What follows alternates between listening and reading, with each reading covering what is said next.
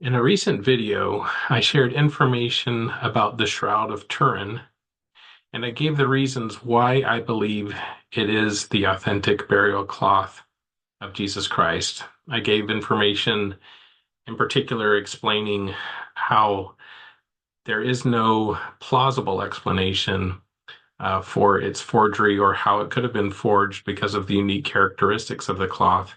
And I also explained that some recent dating for the cloth indicates that it could relate to Jesus' time frame. So I do think that it is the authentic burial cloth of Jesus Christ. In this video, I want to share some insights about Jesus Christ's life, death, and burial that we can learn from the cloth. The cloth has some aspects about it that allow us to learn some things about Jesus' death and burial that we wouldn't know otherwise. And to do this, I'm going to share the screen. So I've put up on the screen the 5 main insights, new insights that we can get from the Shroud of Turin. Now, in the previous video, I explained how the Shroud of Turin has captured some three-dimensional information about the body that was inside of it. And so from that information, we can glean a little bit of information about Jesus' body. In particular, it appears that his height was approximately 5'11". His weight was approximately 170 pounds at the time of his death. And in addition, on the cloth, the blood that is on the cloth has been tested, and that blood type is AB.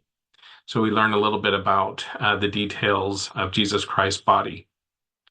The next thing that we learn is we get some more information about the flogging, the scourging of Jesus Christ that took place just before his crucifixion. And for this information, I'm going to share a video. This is a YouTube video from the Pints with Aquinas channel. It's called New Evidence for the Shroud of Turin with Father Andrew Dalton. And I'm going to play a couple of clips from it. This first one is going to be about the flogging and the information we have on that. But what we see on the shroud is actually much more credible. We have these scourge marks I was telling you, front and back. We can even tell you the directionality with which they fall. Imagine this for the con artist theory. If you look at the mid-body range, all of these scourge marks land perpendicular to the main axis of the body. But if they fall towards the feet or towards the head, that is towards the extremities, it's always at an oblique angle. And we can draw the arc. So we can know that there are 2 lictores, two men scourging, one on either side of the body, pivoting from one fixed point. So we can see their half circle. We can see this arc. And they're and that's why the patterns land as they do. But it means that one guy was evidently taller than the other because his arc was longer than the other. This was discovered in the 1980s. Like somebody's going to draw a circle around every single one of these scourge marks. You actually have that here. I I'd do, love yeah, to throw that up if we can. Yeah, we definitely will. And so it's Monsignor Ritchie who looks at this directionality. But what I was going to say is it's not sure, it's a debated point, whether these scourge marks actually penetrate the skin. So let's go to slide 22. That's the Passion of the Christ. Mel Gibson has this very dramatic scene. I always have to pull away at this point. Like, do you remember when it like latches onto the skin and you're like waiting for it to? I can't watch that scene. It's just too much. But what we see on the shroud is more like this. The very next slide, 23. 23. We have a picture of a Roman flagrum, and this is the instrument of torture that has 3 leather straps. At least that's the postulate. Just because there are groups of 3. At the end of these elastic leather straps, we have these lead balls that are going to leave these scourge marks. And you can see this pattern, which I've created in black again and again, all over the shroud. I think it's Peter Jackson from Stirp that will count these, and others have published on the same point to say that it's some 240 on the back and 120 on the front, which means a total of 360 divided by 3 means 120 lashes. That is So that is the first piece of information we get. We learn more about the scourging and how it occurred. In particular, from the shroud, you can see the number of wounds, and counting them up, it looks like there were hundreds of them, and that they are both on the back and front of the body, more than 200 on the back, more than 100, and more than 100 on the front. And anyway, so that gives some information about the scourging. The next significant piece of information that the shroud reveals is some additional information about how the cross was carried. And for this, I'm going to go again to that same video, and I'm going to move it to the 1 hour, 27-minute mark.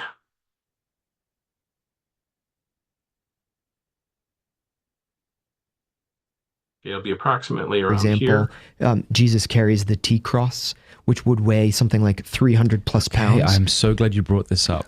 Okay. Based on the shroud and based on what we know historically, he carried the patibulum, the cross that is only the horizontal beam that weighs some 57 or 75 kilo.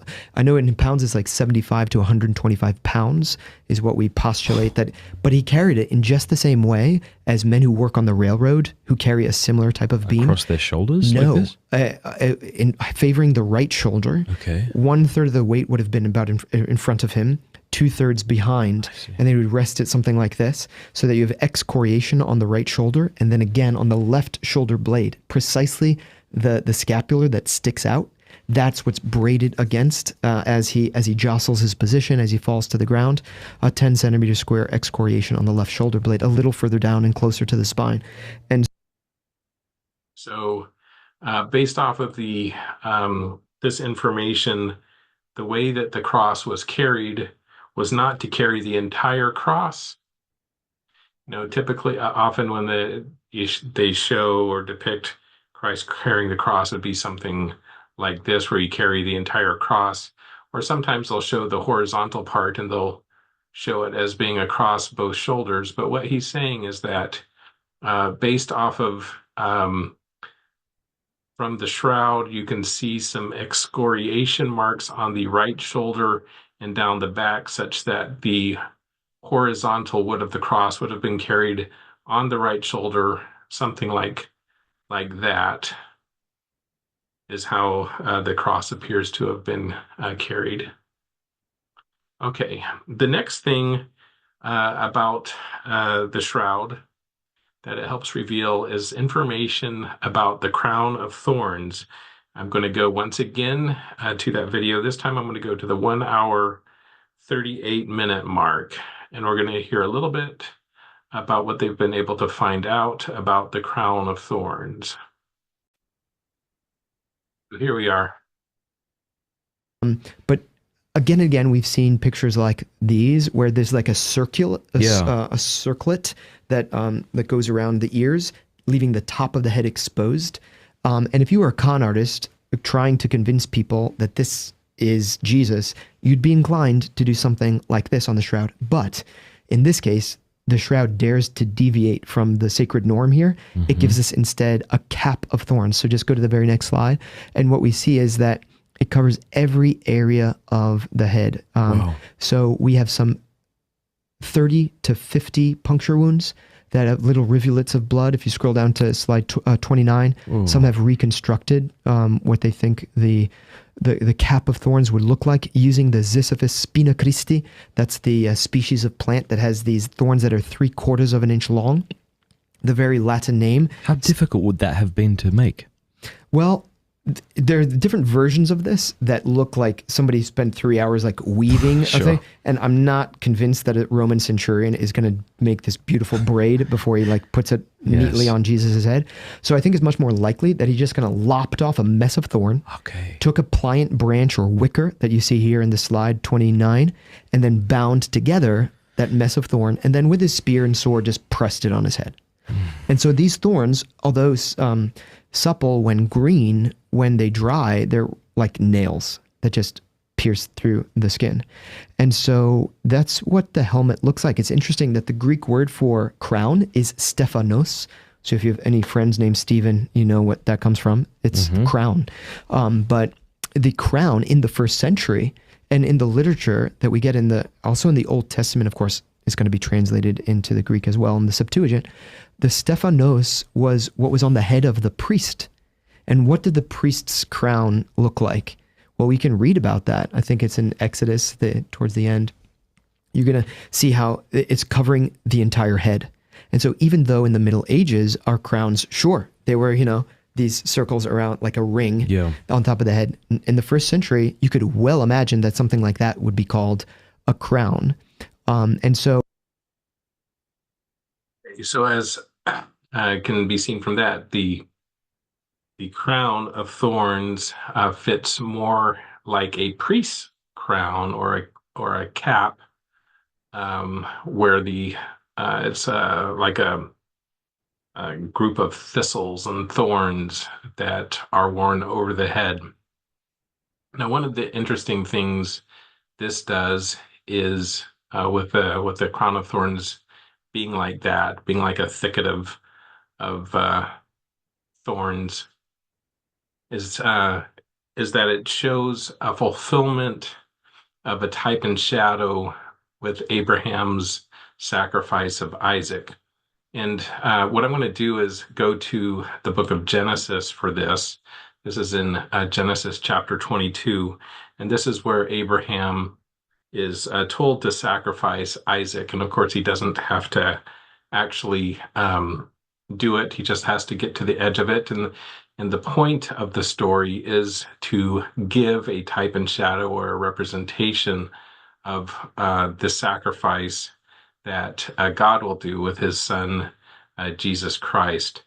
And in going through this story, you'll see how some of the parallels that exist from Christ's atonement fit some of the details of the story of Abraham and Isaac. So in Genesis chapter 2, verse 2, it's where Abraham is commanded. It says, "Take now thy son, thine only son, Isaac, whom thou lovest, and get thee into the land of Moriah, and offer him there for a burnt offering upon one of the mountains, which I will tell thee of." Now, the land of Moriah, the Mount Moriah area, is thought to be Jerusalem, in that area of Jerusalem. So Abraham was taken to the place that would later become Jerusalem, which kind of points to the sacrifice that would be made later of Jesus Christ. And then, so Abraham does what he's commanded. He takes a trip there with Isaac, and when they get to the location, Abraham tells his servants to wait, and he takes Isaac, and they go up the mount together. And it says, Abraham took the wood of the burnt offering and laid it upon Isaac his son, and he took the fire in his hand and a knife, and they went, both of them together. So a second parallel that exists in this story is that the son was obligated to carry the wood for his own sacrifice, which is what Jesus then had to do later with the carrying of the wood cross up to Calvary for the crucifixion. And continuing in Genesis 22, verse 7, Isaac spake unto Abraham his father and said, My father. He said, Here am I, my son. And he said, Behold the fire and the wood, but where is the lamb for a burnt offering? And Abraham said, My son, God will provide himself a lamb for a burnt offering. So they went, both of them together. And then verse 9, they came to the place where God had told him of. Abraham built an altar there, laid the wood in order, and bound Isaac his son, and laid him on the altar upon the wood. Likely when Christ was crucified, he was laid down on the wood with his hands nailed to the wood, and then lifted up the horizontal piece onto the vertical piece of the cross, which was likely already there waiting for him on Calvary. So he was also laid on the wood, which is again a sort of similitude of this story of Abraham and Isaac. And then as Abraham is about to do the sacrifice, of course, the angel stops him and says, Lay not thy hand upon the lad, neither do anything unto him. And God seest that thou hast not withheld thy son, thine only son, from me. And Abraham lifted up his eyes and looked, and behold, behind him a ram caught in a thicket by his horns. And Abraham went and took the ram and offered the ram up for a burnt offering in the stead of his son.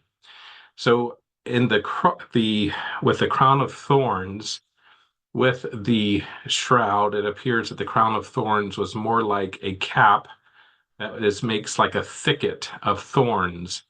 And so what this does is it makes a closer similitude of Christ being like the ram that is substituted for the sacrifice that otherwise would have to be made. We each for our sins would need to have our own sacrifice and justice, except that Christ substitutes himself in our place. And in the story of Abraham and Isaac, it's a ram that's caught in a thicket by his horns or by his head, and the shroud shows us that this is that Christ's head being in a thicket of thorns is a sort of a similitude of the ram that's caught and offered as a sacrifice in place of us. I'm going to go ahead and stop share there.